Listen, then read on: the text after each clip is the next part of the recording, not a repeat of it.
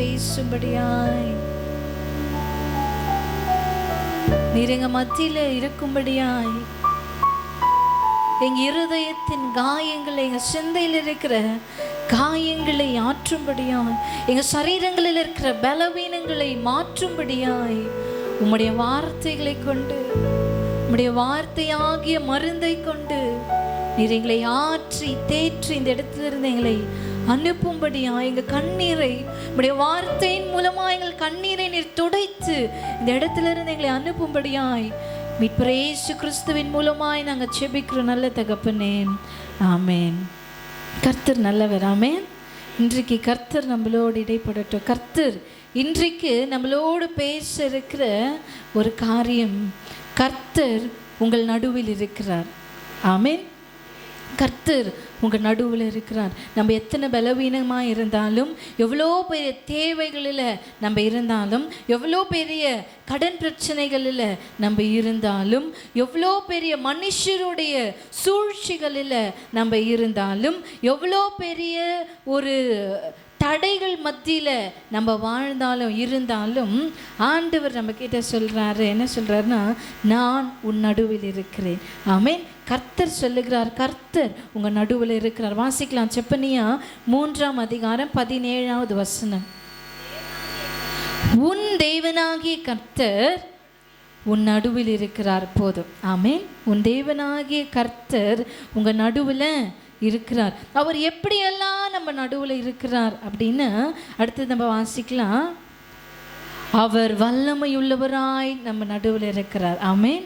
அடுத்தது 2வது காரியம், அவர் ரட்சிப்பார். அவர் நம்மளை ரட்சிக்கிறவராய் அவர் நம்ம நடுவில் இருக்கிறார். 3வது நம்ம அடுத்தது வாசித்தோன்னா, அவர் உன் பேரில் சந்தோஷமாய் மகிழ்ந்து தம்முடைய அன்பின் நிமித்தம் அமர்ந்திருப்பார்.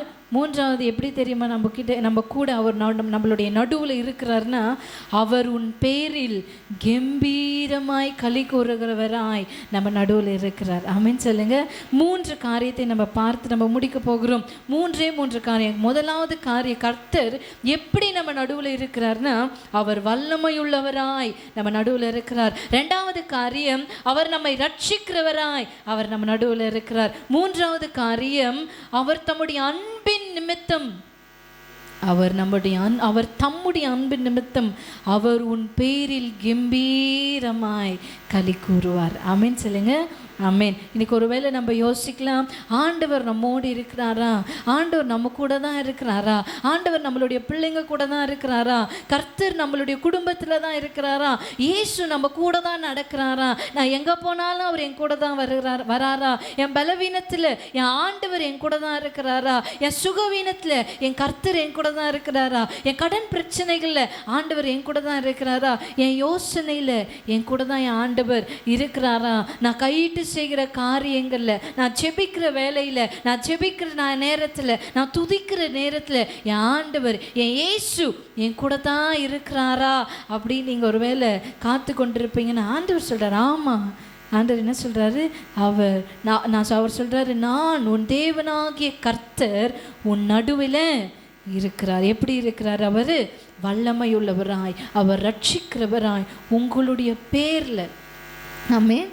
இன்னைக்கு நம்மளுடைய பிள்ளைகள் ஏதாவது ஒன்று செய்துட்டா, பிள்ளைகள் நிமித்தமாக நமக்கு ஒரு மகிழ்ச்சி, ஒரு மகிமை, ஒரு கணம் எப்படி நம்மளுக்கு உண்டாகுதோ, அதே மாதிரி ஆண்டவர் நம்மளை பார்த்து சொல்கிறாரு, உன் பேரில் கர்த்தர் கம்பீரமாய் களி கூறுகிறவராய் இருக்கிறார். இந்த 3 காரியத்தை மாத்திரம் பார்க்கலாம். முதலாவது காரியம், கர்த்தர் அவர் வல்லமையுள்ளவராய் நம்ம நடுவில் இருக்கிறார். நம்ம ஆராதித்தது போல அவரால் ஆகாத காரியம் இந்த பூமியில் ஒன்றுமே இல்லை. அவர் சொல்ல ஆகும், அவர் கட்டளையிட, அவருடைய வார்த்தைக்கு எல்லாமே என்னாகும்? கீழ்ப்படியும். ஆமீன் சொல்லுங்க. நம்மளை தவிர, உங்கள் இருதயத்தில் கைகளை வைத்து நீங்கள் சொல்லுங்க, நம்மளை தவிர இந்த பூமியில் எல்லாமே அவருடைய வார்த்தைக்கு கீழ்ப்படியும். நம்ம கீழ்ப்படுகிறோமா? இந்த பூமியில் பாருங்கள், காற்றும் கடலும் கூட அவர் மூச்சுக்கு, அவருடைய பார்வைக்கு, அவர் வாயிலிருந்து வருகிற அந்த ஒரு வார்த்தைக்கு, அந்த மகிமையுள்ள அந்த கனமுள்ள அந்த வார்த்தைக்கு, அவ்வளோ பெரிய சத்தத்துக்கு, அவ்வளோ பெரிய வார்த்தைக்கு இந்த காற்றும் கடலும் கூட இல்லை, ஜீவன் இல்லாத அது கூட கீழ்ப்படிது, அவருக்கு மகிமையை செலுத்துதுன்னா நாசியில் சுவாசம் இருக்கிற நம்ம ஆமென் எத்தனை அதிகமாக அவருக்கு கீழ்ப்படினோம், அவர் வார்த்தைக்கு நம்ம செவி கொடுக்கணும் என்பதை நம்ம யோசித்து பார்க்கணும். வாசிக்கலாம். யோவான் எழுதின சுவிசேஷம் 5ஆம் அதிகாரம் வாசிக்கலாமா? 1வது வசனம். இவைகளுக்கு பின்பு பண்டிகை ஒன்று வந்தது. அப்பொழுது இயேசு எருசலேமுக்கு போனார். பெதஸ்தா என்னப்பட்ட ஒரு குளம் எருசலேமின் ஆட்டு வாசல் அருகே இருக்கிறது. அதுக்கு 5 மண்டபங்கள் உண்டு. 3வது வசனத்தை வாசிக்கலாம். அவைகளிலே குருடர், சப்பானிகள், சூம்பின உறுப்புடையவர்கள், எல்லா வியாதிக்காரரும் படுத்திருந்து தண்ணீர் எப்பொழுது கலங்கும் என்று காத்து கொண்டிருப்பார்கள். ஏன்னா சில சமயங்களில் என்ன யார் வந்து கலப்பாங்க தண்ணியை? தேவதூதர் வந்து கலப்பாங்க. யார் முதலாவது அந்த குளத்துக்கு போய் விழுறாங்களோ எப்படியாப்பட்ட வியாதி அங்கே என்ன கொடுத்துருக்குறாங்க? 4வது வசனத்தில் நீங்கள் வாசித்தீங்கன்னா, ஏனெனில் சில சமயங்களில் தேவதூதன் ஒருவன் அந்த குளத்தில் இறங்கி தண்ணீரை கலக்குவான். தண்ணீர் கலங்கின பின்பு யார் முந்தி அதில் இறங்குவானோ, எல்லாரும் சேர்ந்து சொல்லுங்க, அவன் எப்பேற்பட்ட வியாதியஸ்தவனாய் இருந்தாலும் சொஸ்தமாவான். எப்பேற்பட்ட வியாதி இந்த உலகத்தில் எவ்வளோ மனுஷர்களால் அதாவது வைத்தியர்களால் நிராகரிக்கப்பட்ட எப்பேற்பட்ட வியாதி, அது மரணத்துக்கு ஏதுவான வியாதியாகவே இருந்தாலுமே கூட அந்த தண்ணீர் கலக்கப்பட்டு முதல்ல யார் இறங்குறாங்களோ அங்கே அவன் என்னாவான்? சொஸ்தமாவான். 5:6 வாசித்தோன்னா நம்ம எல்லாருக்குமே இந்த கதை தெரியும். 38 வருஷமாய் வியாதி படுக்கையில் இருந்த ஒரு மனுஷன் அங்கே என்ன பண்ணியிருக்கிறான்? படுத்துன்னு இருக்கிறான். அங்கே பார்த்து ஆண்டவர் ஒரு வார்த்தையை கேட்குறாரு. என்ன கேட்குறாருன்னா, படுத்திருந்த அவனை இயேசு கண்டு வெகு காலமாய் வியாதியஸ்தன் என்று அறிந்து அவனை நோக்கி சொஸ்தமாக வேண்டும் என்று விரும்புகிறாயா? இந்த வார்த்தை இயேசு என்ன பண்ணுறாரு? அவனை பார்த்து கேட்குறாரு. அதற்கு வியாதியஸ்தன் சொல்கிற, ஆண்டவர் தண்ணீர் கலக்கப்படும் பொழுது என்னை கொண்டு போக அங்கே யாருமே என்னது இல்லை. ஆண்டவர் கேட்டது ஒரே கேள்வி தான். என்ன கேட்டார்? நீ சொஸ்தமாக விரும்புகிறாயா? அவன் கேட்குற, ஆண்டவரே, அவன் நினச்சான் இயேசு அவனை அந்த குளத்துக்குள்ளே என்ன பண்ண போகிறாரு? கொண்டு போயிட்டு விட போகிறாரு. அதனால தான் அவர் கேட்குறாருன்னு சொல்லி அவன் நினைக்கிறான். ஆனால் இயேசு கேட்டது ஒரே ஒரு கேள்வி. நம்ம தான் என்ன பண்ணுவோம்? ஒரு கேள்வி கேட்டால் 10 பதில் சொல்லுவோம் இல்லையா? அதே, ஆனால் கடைசி வரலும் அந்த 10ல் எதுவுமே பதில் என்ன பண்ணாது? இருக்கவே இருக்காது. அதே மாதிரி தான் இந்த 38 வருஷமாக அந்த குளத்துக்கு அருகே இருக்கிற அந்த வியாதியஸ்தன் அந்த சொல்கிறாரு, ஆண்டவரே, என்னை கொண்டு போய் அந்த இடத்துல விடுறதுக்கு யாருமே இல்லை. ஆண்டவர் என்ன கேள்வி கேட்டார்? நீ சொஸ்தமாவ விரும்புகிறாயா?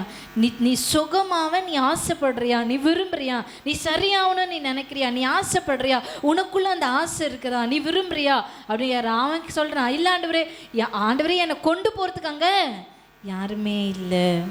நான் போகிறதுக்கு முன்னாடி வேற ஒருத்தன் முந்தி என்ன பண்ணுறான்? அந்த இடத்துல குதிச்சிடுறான் அப்படின்னு சொல்லி 38 வருஷமாக என்ன பண்ணுறான்? நான் இந்த இடத்துலையே இருக்கிறேன். இயேசு அவனை நோக்கி அவர் சொல்கிறாரு, எழுந்திரு, உன் படுக்கை எடுத்துக்கொண்டு நட.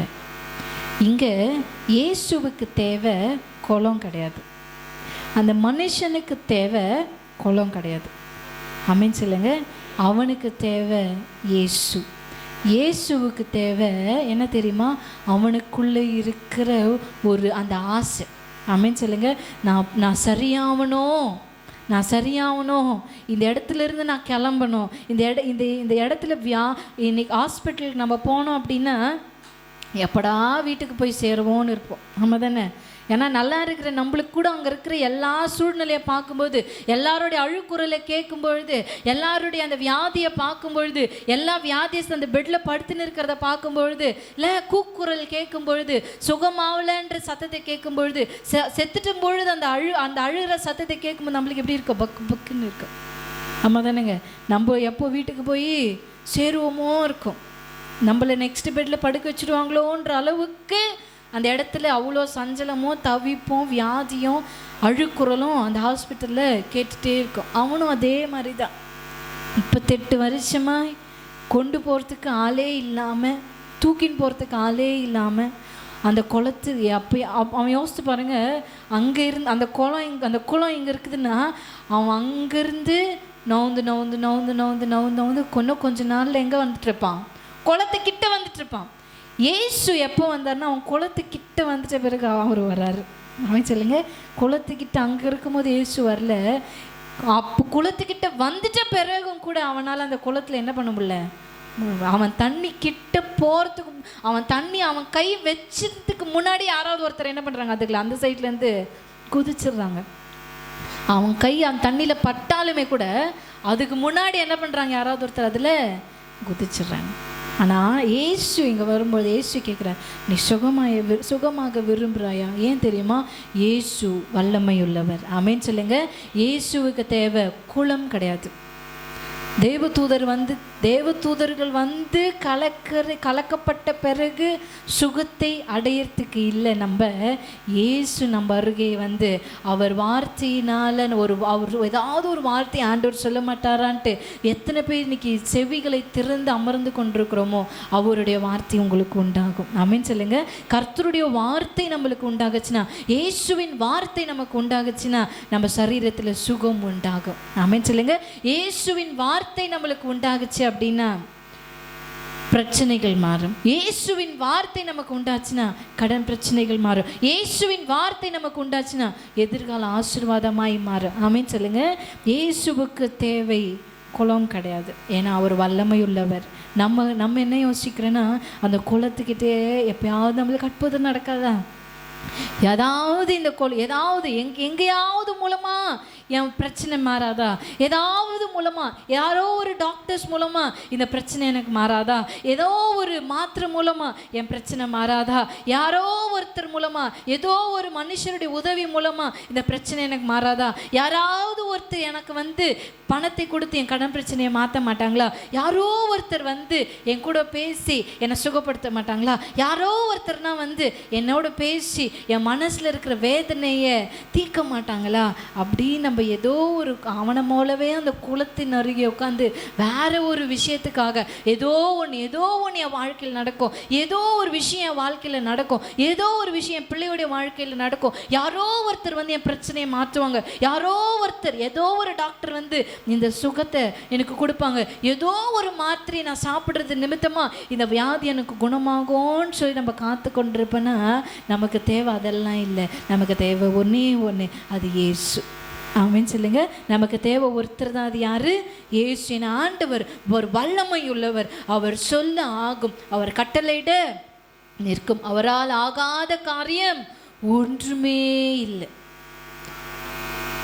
அவர் ஒரு வார்த்தை சொன்னார்னா போதும், அவருடைய ஒரு பார்வை நம்ம மேலே பட்டுச்சுன்னா போதும், அவருடைய ஒரு கரம், அவருடைய கொஞ்சம் வஸ்திரம் என் மேலே பட்டுச்சுன்னா போதும், அவருடைய கொஞ்சம் அந்த கரம் என் மேலே, என் தலை மேலே அவர் கரம் என் மேலே, அவருடைய கரம் என் மேலே அமர்ந்துச்சுன்னா எனக்கு போதும். அவருடைய ஒரு கொஞ்சம் பிரசன்னம் என் தலையை நிரப்பிச்சுன்னா போதும், அவருடைய ஒரு கொஞ்சம் அபிஷேகம் என் தலையை நிரப்பிச்சுன்னா எனக்கு அது போதும்.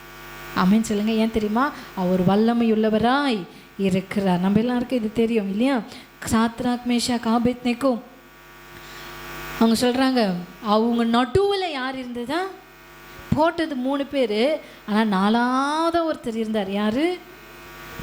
அந்த விசுவாசத்தை கர்த்தர் நம்மக்கிட்ட எதிர்பார்க்குறார். வல்லமையுள்ளவராய் உங்கள் குடும்பத்தில், வல்லமையுள்ளவராய் உங்கள் நடுவில், வல்லமையுள்ளவராய் நீங்கள் செய்கிற காரியத்தில் இயேசு இருக்கணும் அப்படின்னா நம்மக்கிட்டேருந்து எதிர்பார்க்குற ஒன்று விசுவாசம்.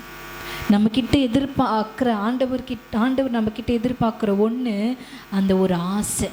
என் இயேசு எனக்காக ஏதாவது செய்ய மாட்டாரா? என் இயேசு எனக்காக ஏதாவது செய்ய மாட்டாரா? ஒருவேளை நீண்ட நாள் நம்ம காத்திருக்கலாம். அவன் சொல்லுங்க, நீண்ட நாள் காத்திருக்கலாம். ஆண்டவர் நம்ம கிட்ட எதிர்பார்க்குறாரு, நான் செய்வேன்ட்டு நீ ஆசைப்படுறியா?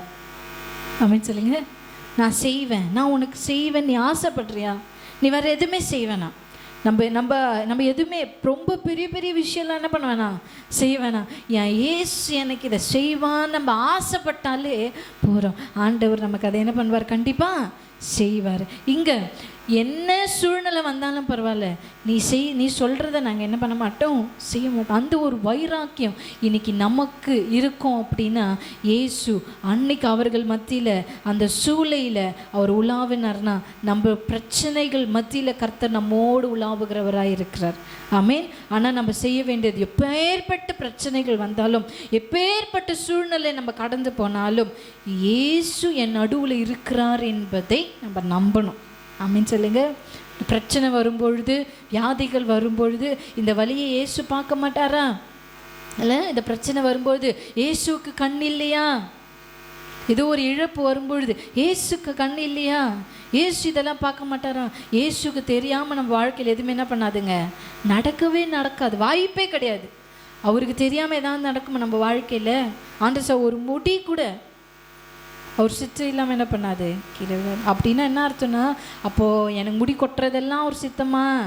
இந்த ஆயில் போடணும், அந்த ஆயில் அது ஆண்டவர் அங்கே சொல்லலை. முடி கொட்டுறதுன்னா நம்ம சரியாக சாப்பிடாதனால முடி கொட்டுது, அது அந்த அந்த அர்த்தத்தில் ஆண்டவர் சொல்ல. அதாவது அப்போ ஒரு முடி கூட தரையில் விழுதுன்னா அது அவர் சித்தம் இல்லாமல் என்ன பண்ணாது, நடக்காது. அப்போ அவர் சித்தம் இல்லாமல் நம்ம வாழ்க்கையில் ஆண்டவர் எதையும் என்ன பண்ண மாட்டார், அனுமதிக்க மாட்டார். அப்போ எல்லா சூழ்நிலைகளிலும் நம்ம நம்ப வேண்டியது, இயேசு நம்ம நடுவில் என்ன பண்ணுறாரு, இருக்கிறார். ரெண்டாவது காரியம், அவர் எப்படி இருக்கிறாரு நம்ம மத்தியில்? நம்ம முதலாவது, அவர் வல்லமையுள்ளவராய் நம்ம நடுவில் இருக்கிறார். அப்போ நம்ம செய்ய வேண்டியது என்னென்னா, கர்த்தரின் வாழ்க்கையில் இதை செய்யணும் நம்ம ஆசைப்படணும். அந்த சொஸ்தமாக்கப்பட்ட அந்த மனுஷனை போல, ஆமாண்டவரே நான் சொஸ்தமாக விரும்புகிறேன். அப்போ உனக்கு தேவை அந்த குளம் இல்லை, நீ எழுந்து என்ன பண்ண, நட. அப்போ உனக்கு தேவை என்னது, நான் தான். இயேசு தான் நமக்கு என்னது தேவை. ரெண்டாவது காரியம், அவர் ரட்சிக்கிறவராய் நம்ம நடுவில் என்ன பண்ணுறாரு, இருக்கிறார். வாசிக்கலாம், யாத்திராகமம் 14வது அதிகாரம் 10வது வசனம். பார்வோன் சமீபித்து வருகிற போது புத்திரர் ஏறெடுத்து பார்த்து தங்களுக்கு பின்னே வருகிறதை கண்டு மிகவும் பயந்தார்கள். இஸ்ரேல் ஜனங்கள் அப்புறம் கர்த்தரை நோக்கி கூப்பிட்டார்கள் அப்படின்னு இருக்குது. இங்கே பார்த்தீங்கன்னா இது நம்மளுக்கு எல்லாருக்குமே தெரியும் இல்லையா? இஸ்ரேல் ஜனங்களை மோசே எகிப்திலிருந்து கூப்பிட்டுட்டு வரும்போது முன்னாடி சிவந்த சமுத்திரம். அதுக்கு அவங்க கேட்குறாங்க, எகிப்தில் எங்களை புதைக்க இடம் இல்லையா? இடம் இல்லைன்னா இந்த கடலில் போட்டு எங்களை சாவடிக்கிறதுக்கா நீ என்ன பண்ணுற, எங்களை இங்கே கூட்டிட்டு வந்த? அதுக்கு நாங்கள் அங்கேருந்து என்ன பண்ணியிருப்போம், அவங்க கையிலே செத்துருக்கிறது எங்களுக்கு நலமானதாக இருந்திருக்குமே அப்படின்னு கேட்குறாங்க. இன்றைக்கி நம்ம கூட அப்படி தான் பாருங்கள். நம்மளுக்கு முன்னாடி வருகிற பிரச்சனைகளை பார்த்து, நம்மளுக்கு முன்னாடி வருகிற சில தோல்விகளை பார்த்து, நம்மளுக்கு முன்னாடி வருகிற சில நடக்காத, நீங்கள் எதிர்பார்க்குற சில காரியங்கள் நடக்காமல் போகும் பொழுது நம்ம என்ன நினைக்கிறோன்னா, இது எனக்கு இல்லாமல் இருந்திருந்தாலே என்ன இருக்கும் ஆண்டவரே, நல்லா இருந்திருக்கும்.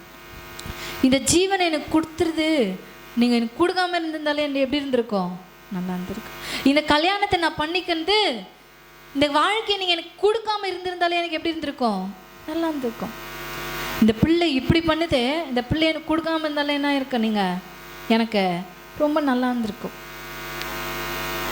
நான் ஞானஸ்தானத்தை பெற்று சபையில் சேர்த்து கொள்ளப்பட்டதுக்கு அப்புறம் இவ்வளோ பிரச்சனை வருது, அதுக்கு நான் சபைக்கு வராமல் இருந்திருந்தாலே ஆண்டவரே எனக்கு நல்லா இருந்திருக்கும் அப்படின்னு நீங்கள் யோசித்தீங்கன்னா, இன்னமும் நம்ம என்ன பண்ணுறோம், அது அவங்கள மாதிரியே பேசுகிறோம்ல. இங்கே என்ன நடக்குதுன்னா, நம்ம வாசிக்கலாம் 13வது வசனத்தை. அப்பொழுது மோசே ஜனங்களை நோக்கி, பயப்படாதிருங்கள், நீங்கள் நின்று கொண்டு இன்றைக்கு கர்த்தர் உங்களுக்கு செய்யும் ரட்சிப்பை பாருங்கள். ஆமென். இன்னைக்கு நீங்கள் காண்கிற இந்த எகிப்தியரை இனி என்றைக்கும் பகமை. ஏன் தெரியுமா? ஒரு பிரச்சனை நம்மளுக்கு முன்னாடி ரொம்ப பெருசாகுதுன்னா, ஒரு வியாதி நம்மளுக்கு முன்னாடி ரொம்ப பெருசாகுது, ஒரு பிரச்சனை நம்மளுக்கு முன்னாடி, அதாவது ஒரு முடிவுக்கு வர மாதிரி இருக்குதானா, முடிவுக்கு வரல, ரொம்ப அந்த பிரச்சனை பெருசாயிட்டே போகுது, ரொம்ப எக்ஸ்ட்ரீமுக்கு அது போயிடுச்சு, ஒரு ரொம்ப எக்ஸ்ட்ரீம் லெவலுக்கு போயிடுச்சு, ஒரு பாயிண்ட்டுக்கு மேலே அது போயிடுச்சு, இந்த வியாதி குணமாக்காத லெவலுக்கு ரொம்ப பெருசாக மாறிடுச்சு அப்படின்னு நீங்கள் நினைக்கிறீங்கன்னா, அது முடிவுக்கு வரப்போகுதுன்னு அர்த்தம். ஆமென் சொல்லுங்க. ஏதோ ரொம்ப உங்களால் தாங்க முடியாத அழுகைக்கும் மிஞ்சி, அதாவது அந்த பிரச்சனை ரொம்ப பெருசாக முத்தி போயிடுச்சுன்னா, நம்ம அதாவது அழக்கூட வராத அளவுக்கு நம்ம இருதயம் ரொம்ப மறுத்து போயிடும். ஆமென் சொல்லுங்க. அதாவது அழக்கூட முடியாத அளவுக்கு அந்த பிரச்சனையை ஃபேஸ் பண்ணி நம்ம சரீரமும் நம்ம சிந்தையும் நம்ம இருதயமும் அந்த பிரச்சனைக்கு அப்படியே பழக்கமாகி அடப்போ அப்படின்னு சொல்கிற பாயிண்ட்டுக்கு நீங்கள் வரும்பொழுது அந்த பிரச்சனை உங்கள் கண்ணுக்கே இல்லாத அளவுக்கு அது எப்போ மாறி போயிட்டுருக்கும். இன்றைக்கி ஒரு வேளை நமக்கு முன்பதாக இருக்கிற பிரச்சனை, நமக்கு முன்பதாக இருக்கிற அந்த வியாதி, நமக்கு முன்பதாக இருக்கிற அந்த காத்திருப்பு, கர்த்தர் எனக்கு இதை செய்ய மாட்டாரான்னு நம்ம காத்திருக்கிறோம்ல சில காரியத்துக்காக, அந்த காத்திருந்து ஓய்ந்து போயிருந்தீங்கன்னா ஆண்டவர் நம்மளை பார்த்து சொல்கிறாரு, அது அந்த காத்திருப்பு எந்த அளவுக்கு பெருசாக போதோ அவ்வளோ சீக்கிரத்துலேயே அது முடிஞ்சிட போகுதுன்னு அர்த்தம். ஆமென் சொல்லுங்க. எந்த அளவுக்கு நம்ம பெரிய லெவலில் காத்திருக்கிறோமோ, எந்த அளவுக்கு அந்த வியாதி மிகுந்து போதோ, எந்த அளவுக்கு அந்த பிரச்சனை மிகுந்து பெருத்து போதோ, அவ்வளோ சீக்கிரத்துலேயே அந்த பிரச்சனை என்ன ஆகுன்னா கண்ணுக்கு தெரியாத அளவுக்கு அது மாறி போயிடும். ஆமென் சொல்லுங்க. அதுக்கு நம்ம என்ன செய்யணுன்றதை பார்த்து நம்ம பார்க்கலாம். நம்ம 14வது வசனத்தில் வாசிக்கலாம். கர்த்தர் உங்களுக்கு யுத்தம் பண்ணுவார், நீங்கள் என்ன யுத்தம் பண்ணுவார், நீங்கள் என்ன பண்ணணும்? சும்மா மட்டும் இருங்க, வேற என்ன பண்ண வேணாம். ஆண்டவர் அவ்வளோ பெரிய செங்கடலை பிளக்கணும் அப்படின்னா ஜனங்க என்ன பண்ணணும்? வாயை மூடிட்டு சும்மா.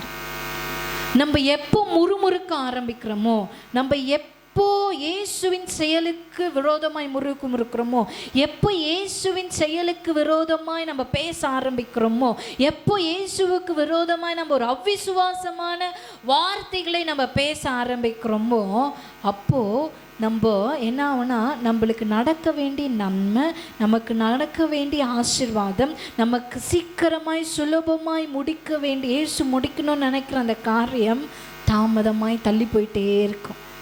ஆமென் சொல்லுங்க. அப்போ சீக்கிரத்தில் சில காரியங்களை நம்ம ஆண்டவர் செய்யணும் அப்படின்னா ஆண்டவருடைய சமூகத்தில் அமர்ந்து அவர் எப்போ செய்வாரோன்னு காத்திருக்கணும். ஆமென். ஆண்டவரே நீங்கள் எப்போ ஆண்டவரே எனக்கு செய்ய போகிறீங்க, அவரு மட்டுமே நோக்கி காத்திருக்கணும். இங்கே பார்த்தீங்கன்னா 15வது வசனத்தில் ஆண்டவர் சொல்கிறாரு, அப்பொழுது கர்த்தர் மோசேயை நோக்கி, நீ என்னிடத்தில் முறையிடுகிறது என்ன? அதாவது என்னென்னா, நம்ம சொல்கிறோம்ல, ஆண்டவரே எப்போ ஆண்டவரே செய்வீங்க, எப்போ ஆண்டவரே இதை பண்ணுவீங்க, எப்போ ஆண்டவரே இந்த பிரச்சனை மாறும், எப்போ ஆண்டவரே இதை செய்வீங்க. என்னை சுற்றி இருக்கிறவங்களாம் இப்படி பேசுகிறாங்களா ஆண்டவரே, என்னை சுற்றி இருக்கிறவங்களாம் சபைக்கு போகுது, வாழ்க்கையில் இப்படி இருக்குது, சபைக்கு போகிறாங்க, இப்படி பண்ணுறாங்களே அப்படின்னு எல்லாருமே பேசிகிட்டே இருக்கிறாங்களா ஆண்டவரே, என்னை நீங்கள் உருவாக்க இருந்திருந்தாலே எனக்கு நல்லா இருந்திருக்குமே ஆண்டவரே அப்படின்னு நீங்கள் யோசித்தீங்கன்னா, இங்கே ஆண்டவர் சொல்கிறாரு, நீ என்கிட்ட முறையிடுறது என்னது? என்ன? நீ என்ன பண்ண? எழுந்து புறப்பட்டு போ. ஏன் தெரியுமாங்க? மோசே கையில் இருந்தது கோல். ஆமென் சொல்லுங்க. உன் கையில் தான் நான் ஒரு கோலை கொடுத்துட்டு இருக்கிறேனே, திரும்ப இந்த ஜனங்க பேச நீ என்கிட்ட வந்து முறையிட்டுனே இருக்கிறது என்னன்னு ஆண்டவர் கேட்குறாரு. நம்ம கையிலே ஆண்டவர் ஒரு கோல் கொடுத்துருக்கிறார். என்னது அது? வார்த்தை. ஆமென் சொல்லுங்க. இந்த வார்த்தையை ஆண்டவர் நம்மளுக்கு கொடுத்துட்டது அதுக்கப்புறமா கூட இன்னமும் அவர்கிட்ட நம்ம என்ன பண்ணுறோம்? பேசிகிட்டே இருக்கிறோம், முறையிட்டுட்டே இருக்கிறோம். எப்போ ஆண்டவரே மாறும், எப்போ ஆண்டவரே மாறும், எப்போ ஆண்டவரே செய்வீங்க, எவ்வளோ நாள் ஆண்டவரே ஆகும், எப்போ ஆண்டவரே இது நடக்கும் அப்படின்னு நீங்கள் கேட்டுகிட்டே இருக்கக்கூடாது. ஏன் தெரியுமா?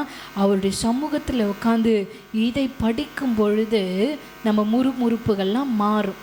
ஆமென் சொல்லுங்க.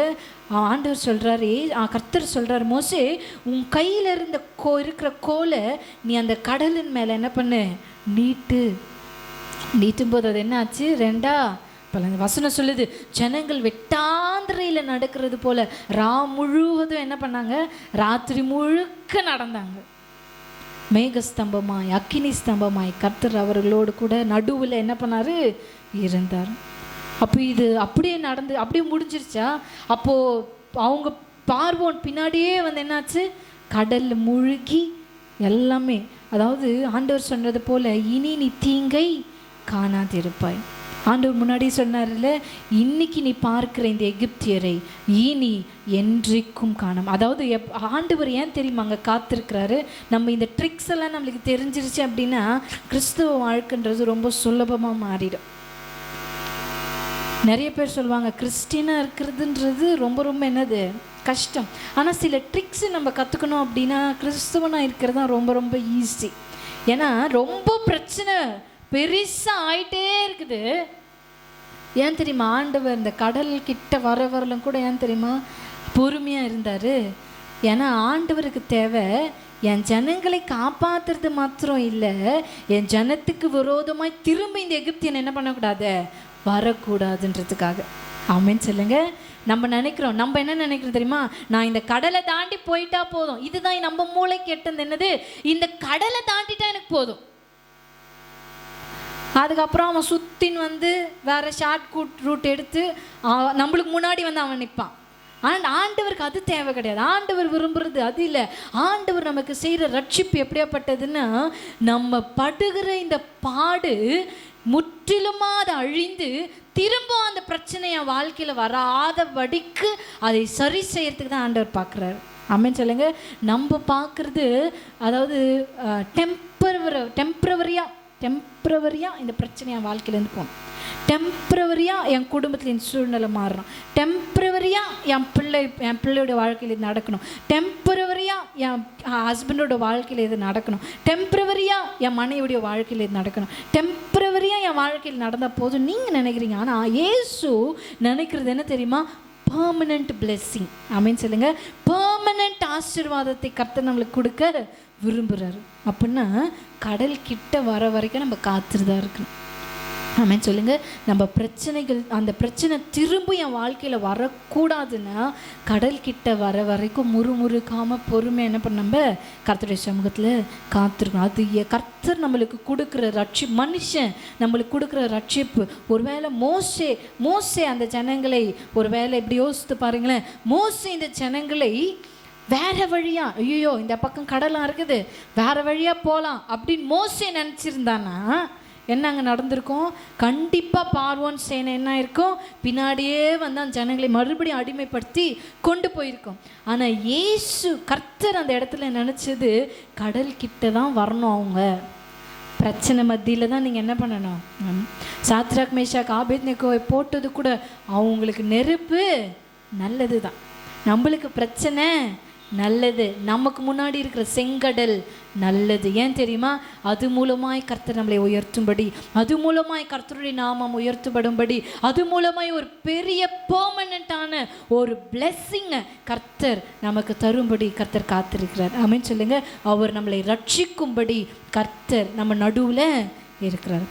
ஒருவேளை என் வாழ்க்கையில் நான் இயேசுக்காக வாழணும்னு நான் நினைக்கிறேன், இயேசுக்காக ஏதாவது நான் செய்யணும்னு நினைக்கிறேன். ஆனால் இப்படியாப்பட்ட ஒரு பலவீனத்தின் நிமித்தமாய், இந்த ஒரு சூழ்நிலையின் நிமித்தமாய், இந்த இப்படியாப்பட்ட ஒரு யோசனையின் நிமித்தமாய், நானே என்னையே அறியாமல் என் கைகளினால் நான் செய்கிற இந்த பாவத்தின் நிமித்தமாய் இயேசுவுக்கு பிடிக்காதுன்னு எனக்கு தெரியும். ஆனாலும் கூட என்னால் இது செய்யாமல் இருக்க முடியலை. அவரை மீறி, என் பலத்துக்கும் மீறி தான் நான் இந்த காரியத்தை நான் இயேசுக்கு விரோதமாய் நான் செய்து கொண்டிருக்கிறேன் அப்படின்னு நீங்கள் ஒரு வேளை யோசிப்பீங்க. நான் ஆண்டவர் சொல்கிறார், அவர் ரட்சிக்கிறவராய் ரட்சகராய் உங்கள் நடுவில் அவர் இருக்கிறது நிமித்தமாய் அவர் அந்த யோசனையிலிருந்து, அந்த காரியத்திலிருந்து உங்களை சில காரியங்களை கர்த்தர் நம்மளுக்கு அனுமதிக்கிறது நமக்கு நல்லது. ஆமென் சொல்லுங்க. ஏன்னா அதன் மூலமாய் கர்த்தர் பெரிய அற்புதத்தை, அடையாளங்களை ஜனங்கள் பார்க்கும்படி, பார்வோன் சேனை பார்க்கும்படிக்கு கர்த்தர் இந்த அற்புதத்தை செய்தார். நம்ம நினைக்கிறோம், என் பார்வைக்கு மட்டும் செய்யுங்க ஆண்டவரே, எனக்கு நான் பார்க்குற மாதிரி எனக்கு குடும்பத்துக்கு ஒரு அற்புதத்தை செய்யுங்க ஆண்டவரே. ஆண்டவர் அதை விரும்பலை. ஆண்டவர் நமக்கு செய்ய அவர் விரும்பலை. ஆண்டவர் மாறா நம்மளுக்கு என்ன செய்ய விரும்புகிறாருன்னா, உலகம் நம்மளை பார்த்து வியக்கும்படிக்கு. ஆமீன் சொல்லுங்க.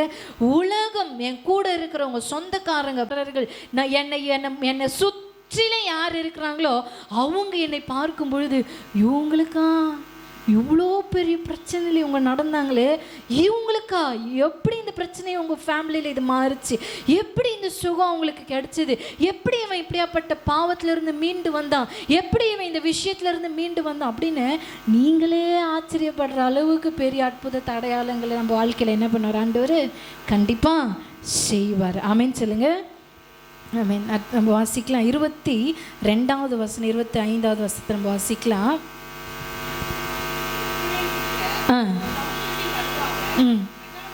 வெட்டாந்திரையிலே நடந்து போனார்கள், இடதுபுறத்திலும் மதிலாய் நின்றது. எங்க கடல் கூட கர்த்தருக்கு என்ன பண்ணுது, கீழ்ப்படிச்சு. நம்ம என்ன பண்ணுறோன்றது யோசித்து பாருங்க. 25வது வசனத்தை நம்ம வாசிக்கலாம். அவர்களுடைய ரதங்களில் இருந்து எல்லாம் கண்டு அப்பொழுது எகிப்து இஸ்ரவேலரை விட்டு ஓடி போவும், கர்த்தர் அவர்களுக்கு துணை நின்று எகிப்தியருக்கு விரோதமாக யுத்தம் பண்ணுகிறார் என்றார்கள். யார் சொன்னது? எகிப்து ஜனங்கள் சொல்றாங்க. என்ன சொல்றாங்க? எப்பா, இவர்கள் நடுவில் நின்று யுத்தம் பண்ணுகிறது யாரு? கர்த்தர். அவங்க சாவறதுக்கு முன்னாடி அதை அறிக்கைட்டு தான் செத்தாங்க. ஆமீன் சொல்லுங்க. நம்மளுக்கு விரோதமாக எத்தனை மனுஷர்கள் எழும்பலாம், நம்மளுக்கு விரோதமாக எத்தனை வியாதிகள் எழும்பலாம், நம்மளுக்கு விரோதமாய் பிசாசு எப்படியாப்பட்ட சூழ்நிலைகளை சூழ்ச்சிகளை கொண்டு வரலாம், நம்மளுக்கு விரோதமாய் மனிதர்கள் எப்படியாப்பட்ட போராட்டங்களையும் வார்த்தைகள் மூலமாக நம்மளை காயப்படுத்தலாம். எவ்வளோ பிரச்சனைகள் நடந்தாலும் அது முடிவுக்கு வரும்போது என்ன தெரியுமா இருக்கும்? இவங்களோட இயேசு இருக்கிறார். யார் சொல்லுவாங்கன்னா, யார் அதை உருவாக்குனாங்களோ, யார் பிரச்சனை பண்ணாங்களோ, யார் நம்மளை அழிக்கணும்னு நினைக்கிறாங்களோ அவங்களே என்ன பண்ணுவாங்க, அதை சொல்லுவாங்க. ஒருவேளை பிசாசு நம்மளை அழிக்க நிறைய பிரச்சனைகள் நம்மளுக்கு விரோதமாக அவன் எழுப்பினாலும் அவன் எப்போ நம்மளை விட்டு போவான் தெரியுமா? உங்கள் கூட இயேசு இருக்கிறான்னு அவனுக்கு தெரியணும். தெரிஞ்சாதான் அவன் போவான். தெரியலனா கூடு கட்டி வீடு கட்டி நம்ம கூடவே குத்துனதான் என்ன பண்ணுவான், நடத்துவான். அப்போது பிசாசு நம்மளை விட்டு போகணும் அப்படின்னா, அவன் செய்கிற பிரச்சனைகள் போராட்டங்களில் நம்மளுக்கு விடுதலை வரணும்னா அவனுக்கு தெரிய வேண்டியது என்ன தெரியுமா? இவர்களோடு கர்த்தர் இருக்கிறார், இவர்களோடு இயேசு இருக்கிறார், இவங்க குடும்பத்தோடு இயேசு இருக்கிறார். இவங்க வீட்டுக்குள்ளே நம்மளால் போக முடியாது, இந்த பிள்ளைகளுடைய வாழ்க்கையில் நம்மளால் போக முடியாது, இந்த குடும்பத்துக்குள்ளே நம்மளால் போக முடியாது, இவர்கள் செய்கிற வேலையில் நம்மளால் எந்த ஒரு போராட்டத்தையும் கொண்டு வர முடியாது, இவங்க சரீரத்தில் எந்த பலவீனத்தையும் கொண்டு வர முடியாது. ஏன்? இவர்களோட இயேசு இருக்கிறான்னு அவனுக்கு தெரியணும். அப்படி தெரிஞ்சிச்சுன்னா பெரிய விடுதலை கர்த்தர் நம்மளுக்கு கொடுத்து நம்மளை ரட்சிக்க அவர் வல்லமை உள்ளவராய் இருக்கிறார். அதனால் நம்ம செய்ய வேண்டியது என்ன அப்படின்னா, பிரச்சனைகளோடு வாழ பழகிக்கணும். அவன் சொல்லுங்க. கிறிஸ்தவர்கள், முதிர்ந்தவர்கள், கிறிஸ்துவ வாழ்க்கையில் முதிர்ச்சி அப்படின்றது என்னென்னா, பிரச்சனை இல்லாமல் வியாதி இல்லாமல் வாழ்கிறது மாத்திரம் இல்லை, பிரச்சனையோடு வியாதியோடு வாழ்ந்தாலும் என் இயேசு என் கூட இருக்கிறாரு, என் இயேசு என் நடுவில் இருக்கிறாரு, என் இயேசு என் குடும்பத்தின் நடுவில் இருக்கிறாரு, என் இயேசு என் வியாதியில் என் கூட இருக்கிறாருன்ற ஒரு நம்பிக்கை, விசுவாசம் நம்மளுக்கு இருக்கும் அப்படின்னா அது எவ்வளோ பெரிய பெரிய பிரச்சனையாய் மாறினாலும் அது சீக்கிரத்தில் ஒன்றுமே இல்லாத போயிடும். ஆமேன், ஆமேன். இங்கே நம்ம வாசிக்கலாம். அடுத்தது, அவர் உன் பேரில் கம்பீரமாய் களி கூறுகிறார். 3வது காரியம், தம் அன்பின் நிமித்தம் நம் நடுவின் அவர் அமர்ந்திருக்கிறார். ஆமேன் சொல்லுங்க. எப்படி நம்ம கூட அவர் அமர்ந்திருக்கிறார்னா, தம்முடைய அன்பின் நிமித்தம் கர்த்தர் நம்ம கூட என்ன பண்ணுறாரு, அமர்ந்திருக்கிறார். ஒருவேளை நீங்கள் தனிமையில் இருக்கும் பொழுது நீங்கள் யோசிக்கலாம், என் கூட இருக்க யாருமே இல்லையே அப்படின்னு நீங்கள் யோசிக்கலாம். இந்த காரியத்தில் யாராவது எனக்கு உதவி செய்தாங்கன்னா எனக்கு நல்லா இருக்குமே அப்படின்னு நீங்கள் யோசிக்கலாம். ஆனால் ஆண்டவர் உங்களுக்கு சொல்கிறாரு, அவர் தம்முடைய அன்பின் நிமித்தம், அவர் உங்களை நேசிக்கிறதுனால, அவர் உங்களை நேசிக்கிற அந்த அன்பின் நிமித்தமாய் கர்த்தர் உங்கள் நடுவில் எப்படி இருக்கிறாராமா தெரியுமா? கம்பீரமாக இருக்கிறார். ஆமீன் சொல்லுங்க. கம்பீரமாய் அப்படின்னா என்னன்னா, ஆனந்த சத்தத்தோடு, உங்களை குறித்ததான ஒரு மிகுந்த சந்தோஷத்தோடு, ஒரு ஆர்ப்பரிப்போடு கர்த்தர் உங்கள் நடுவில், உங்கள் வீட்டின் நடுவில், உங்கள் மத்தியில், உங்களுடைய பலவீனத்தின் மத்தியில், உங்கள் தேவையின் மத்தியில், உங்கள் குடும்ப சூழ்நிலையின் மத்தியில், பிரச்சனைகளின் மத்தியில் கர்த்தர் கம்பீர சத்தத்தோடு உங்கள் மத்தியில் அமர்ந்திருக்கணும். அப்படின்னா நம்ம செய்ய வேண்டிய ஒரு விஷயம் என்ன தெரியுமா? அவர் பாதத்தில் அமர்ந்து, உம்மை தவிர எனக்கு வேறு விருப்பம் இல்லை ஆண்டவரே, உம்மை தவிர வேறு ஆசை எனக்கு இல்லை ஆண்டவரே, உம்முடைய வார்த்தையை தவிர வேறு எதுவும் எனக்கு இல்லை ஆண்டவரே அப்படின்னு நீங்கள் சொல்லணும். ஆமீன். மார்த்தாள் மரியாள் வீட்டுக்கு இயேசு போகும்பொழுது மார்த்தாள் சொல்கிறாங்க, ஆண்டவரே நீங்கள் வந்திருக்கிறீங்க, நான் உங்களுக்காக எல்லாத்தையும் செய்துருக்கிறேன், ஆனால் இவன் எனக்கு எந்த ஹெல்ப் என்ன பண்ண மாட்டா என்ன மாட்டேன். ஆண்டவர் சொன்னார், மார்த்தாளே நீ அநேக காரியங்களை குறித்து என்ன பண்ணுற? ஒன்றே ஒன்று தான். இன்னைக்கு நம்ம வாசித்த சங்கீதங்களை கூட வாசித்தோம்ல, ஆண்டவரே நீரே என் பங்கு, இதை நம்ம சொல்லணும்னு ஆண்டவர் எதிர்பார்க்குறார். ஆமேன். ஆண்டவர் நீங்கள் தான் என் பங்கு. ஆண்டவர் இயேசு அங்கே சொல்கிறாரு, தேவையானது ஒன்றே, என்னை விட்டு எடுபடாத நல்ல பங்கை மரியாள் தேர்ந்தெடுத்தார். ஆமேன் சொல்லுங்க. அவர் கம்பீரமாய் ஆனந்த சத்தத்தோடு மார்த்தாள் மரியாள் வீட்டுக்குள்ளே அவர் அமர்ந்திருக்கிறார். ஆமேன் சொல்லுங்களேன். ஏன் தெரியுமா அமர்ந்திருக்கிறாரு? அவருக்கு தெரியும் லாசரு இன்னும் கொஞ்ச நாளில் என்ன பண்ண போகிறான்? மறிக்க போகிறான். நானும் 3 நாள் 4 நாள் கழிச்சு தான் என்ன பண்ணுவேன், இந்த இடத்துக்கு வர முடியும். அந்த சூழ்நிலையில் கூட என் மகளாக, என் சகோதரியாக இருக்கிற என் மார்த்தாலும் என் மரியாளும் துக்கத்தில் ரொம்ப மடிந்து போயிடக்கூடாதுன்னு சொல்லி முன்னாடியே ஆண்டவர் அவங்க வீட்டுக்குள்ளே அமர்ந்து விசுவாசமுள்ள வார்த்தைகளை மரியாளுக்கு போதித்து நிற்கிறார். ஆமேன்னு சொல்லுங்க. இயேசுவுக்கு தெரியாதா லாசரு மரிக்க போகிறாருன்னு? தெரியும். இயேசுவுக்கு தெரியாதா இந்த வீட்டுக்கு ஒரு பெரிய இழப்பு வரப்போதுன்னு? தெரியும். அதனால தான் அதுக்கு முன்னாடியே இயேசு அந்த வீட்டுக்குள்ளே வந்து ஆண்டவர் சொல்கிறாரு, அம்மா நான் உங்கள் கூட இருக்கிறேன். ஆமேன்னு சொல்லுங்க. நீ தேவையா, ஆண்டவர் சொல்லலை லாசரு மறிக்க போகிறாரு அப்படிலாம் ஆண்டவர் சொல்லலை. டைரெக்டாக நம்மக்கிட்ட எதையும் ஆண்டவர் என்ன பண்ண மாட்டார், சொல்ல மாட்டார். ஆனால் அதுக்கு முன்னாடி வார்த்தைகளை நம்மக்கிட்ட பேசிகிட்டே இருப்பார். வார்த்தையின் மூலமாக நம்ம கூட இடைப்பட்டுட்டே இருப்பார். இந்த வார்த்தையின் மூலமாக இயேசு நம்மளோடு பேசிகிட்டே இருப்பார். தேவ செய்தி மூலமாக பேசுவார். பசங்க இங்கே சொல்லுகிற வசனத்தின் மூலமாக பேசு, எல்லா விதத்துலையும் ஆண்டவர் நம்மளோடு பேசிகிட்டே இருப்பார். அந்த வார்த்தை நம்ம கூர்ந்து கவனிச்சிட்டே இருக்கணும். எப்போ நம்ம இடறி விழுத்துக்கு நம்ம ஏதுவாக இருப்போம் தெரியுமா? எப்போ இந்த வார்த்தையை கவனிக்க படிக்க நம்ம தவறுறோமோ அப்போ நம்ம சீக்கிரமாய் விழறதுக்கு அது ஏதுவாயிடும். ஆனால் எப்போ ஜாக்கிரதை உள்ளவர்களாக இந்த வசனத்தை வார்த்தைகளை கர்த்தர் நம்மளோடு இடைப்படும்போது அதை கவனித்து அதை உள்வாங்கி இந்த வார்த்தைக்கு ஏற்ப நம்ம வாழ்க்கையை நம்ம எப்போ மாற்றிக்கொள்ளுகிறோமோ கர்த்தர் கம்பீரமாய் ஆனந்த சத்தத்தோடு நம்ம சந்ததியில் நம்மளுடைய குடும்பத்தின் நடுவில் அவர் வாசம் பண்ணுகிறவராய் இருக்கிறார். இதுக்கப்புறமா நீங்கள் பார்த்தீங்கன்னா லாசரு இறந்து போனதுக்கப்புறமா மரியாள் ஒரு வார்த்தையும் பேசலை. அழுதாங்க. ஆமாம், துக்கம்தான் இருக்கும். ஆனால் மரியாள் எந்த வார்த்தையும் பேசலை. மார்த்தா தான் சொல்கிறா, 4 நாள் ஆயிடுச்சாண்டவரே, இப்பொழுது இது நாருமே. ஆண்டவர் சொல்கிறாரு, நான் உனக்கு முன்னாடியே சொல்லலையா? ஆண்டவர் என்ன சொல்கிறாரு? நான் உனக்கு முன்னாடியே சொல்லலையா? நீங்கள் என்னை விசுவாசிக்கும் பொழுது எல்லாமே என்னால் செய்ய முடியும்னு நான் உனக்கு எந்த முன்னாடி தெரியுமா? அது அவர் வீட்டில் உட்காந்து பேசியிருந்தாரு அன்னைக்கு. ஆமேன்னு சொல்லுங்க. இன்றைக்கி ஒரு சூழ்நிலை, ஒரு காரியம், ஃப்யூச்சரில் ஏதோ ஒன்று நடக்க போனான்னு நம்மளுக்கு முன்னாடி எச்சரிப்பார், சொல்லுவார். அந்த வார்த்தைக்கு ஏற்ப இணங்கி அவரோடு இணைந்து அவருடைய சமூகத்தில் காத்திருந்து அவரை விட்டு எடுபடாத நல்ல பங்கை தேர்ந்து எடுத்துட்டோம் அப்படின்னா நம்ம தப்பிச்சிட்டோம். இல்லைன்னா அந்த துக்கத்துலேயும் அந்த வியாதியிலையும் அந்த பலவீனத்துலேயும் அந்த பிரச்சனையிலையும் நம்ம அமிழ்ந்து நம்ம அப்படி அமிழும்போது என்ன தெரியுமாங்க நடக்கும்? நம்மளை சுற்றில இருக்கிற ஜனங்கள் இயேசுவை தூஷிக்க நம்ம இடம் கொடுக்குறோம். இயேசு நம்ம மூலமாக அவருடைய நாமம் மகிமைப்படணுமா, இயேசுவின் நாமம் நம்ம மூலமாக தூஷிக்கப்படணுமா என்பதை நம்ம யோசித்து பார்க்கணும். அப்போது மற்றவர்கள் நம்மளை பார்த்து எவ்வளோ பிரச்சனை வியாதி வந்தாலும் இது சர்ச்சுக்கு போகிறத விட மாட்டாங்களே, இவங்க எவ்வளோ பிரச்சனை அவங்களுக்கு வந்தாலும் அது முகத்தில் சிரிப்பு இருக்குது, எவ்வளோ பிரச்சனைகள் வந்தாலும் இவங்க எவ்வளோ அழகாக இதை டீல் பண்ணுறாங்க, ஃபேஸ் பண்ணுறாங்க, ஏன்னா கர்த்தர் அவங்களோடு இருக்கிறான்னு அந்த ஜனங்க சொல்லணுமா? அல்லது நீங்களே அழுதுட்டு பிரச்சனைகளை பார்த்து சோர்ந்து போய் வியாதியிலோ பலவீனத்திலோ உங்கள் முகம் சோர்ந்து போய் இருந்தது அப்படின்னா ஜனங்க நம்மளை பார்த்து என்ன சொல்கிறாங்க? என்னமோ சொல்கிறாங்க, இவங்க ஆராதிக்கிற தெய்வம் தான் உயிருள்ளவர் உண்மையுள்ளவர்னு சொல்கிறாங்க, பைபிளை தூக்கி சர்ச்சுக்கு வாரம் போகிறாங்க, வெள்ளிக்கிழமையில் போகிறாங்க, உபவாசித்து ஜெபம் பண்ணுறாங்க, கத்துறாங்க, ஆராதிக்கிறாங்க, ஆனால் இவங்க இதுவே அழுதுட்டு தான் இருக்குது அப்படின்னு சொன்னால் இயேசு நாம அந்த இடத்துல என்ன ஆகும்? தூஷிக்கப்படும். ஒரு நாளும் ஒரு போதும் இயேசுவின் நாமம் நம்ம மூலமாக, நம்ம குடும்பம் மூலமாக, நம்ம செயல் மூலமாக இயேசுவின் நாமம் ஒரு நாள் என்ன பண்ணாது? தூஷிக்கப்பட கூடாது.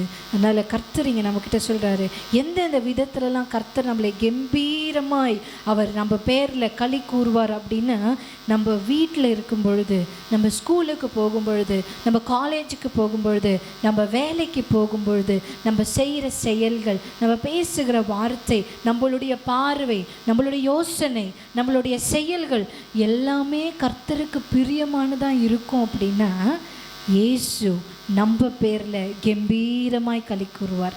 ஆமீன் சொல்லுங்க. அதுக்கு அர்த்தம் தான் கர்த்தர் நம்ம நடுவில் இருக்கிறாருன்னு அர்த்தம்.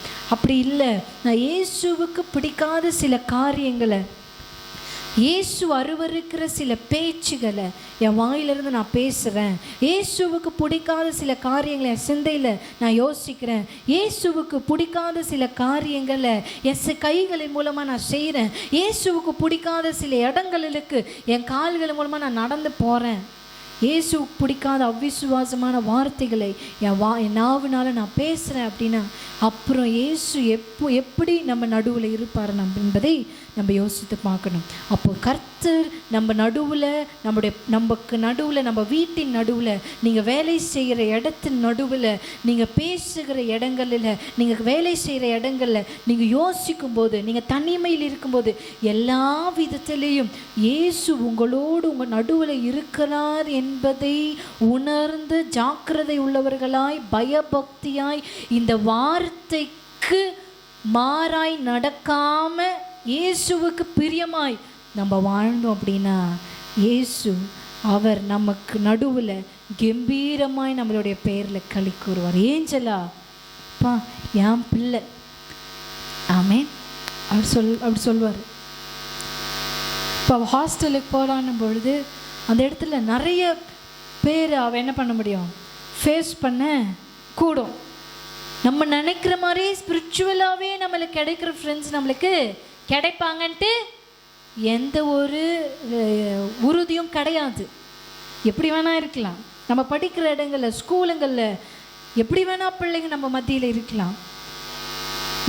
நம்ம வீடு சுற்றி இருக்கிறவங்க நமக்கு பிடிச்ச மாதிரியே பேசணும்னு இல்லை, எப்படி வேணால் அவங்க பேசலாம்.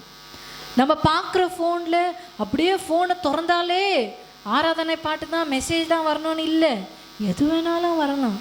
ஆனால் அது எல்லாவற்றுக்கு மத்தியிலையும் என் இயேசு என் நடுவில் இருக்கிறாரு அப்படின்ற ஒரு பயம், ஒரு நடுக்கம், ஒரு அன்பு நமக்கு இருக்கும் அப்படின்னா உங்கள் பேரில் கர்த்தர் கம்பீரமாய் களி கூறுவார். ஆமீன் சொல்லுங்க. கர்த்தர் சபையின் நடுவே கம்பீரமாய் இருக்கிறார். ஆமீன், ஆமீன். அப்போ கம்பீரமாய் இருக்கிற அவருக்கு நம்ம ஒழுங்கா முழு ஆத்துமாவோடு அன்போடு அவரை ஆராதிக்கிறோமா என்பது முக்கியம். ஆமேன். அவர் நம்ம நடுவில் இருக்கிறார் அப்படின்னா, இந்த சபையிலும் கர்த்தர் என்ன பண்ணுறாரு?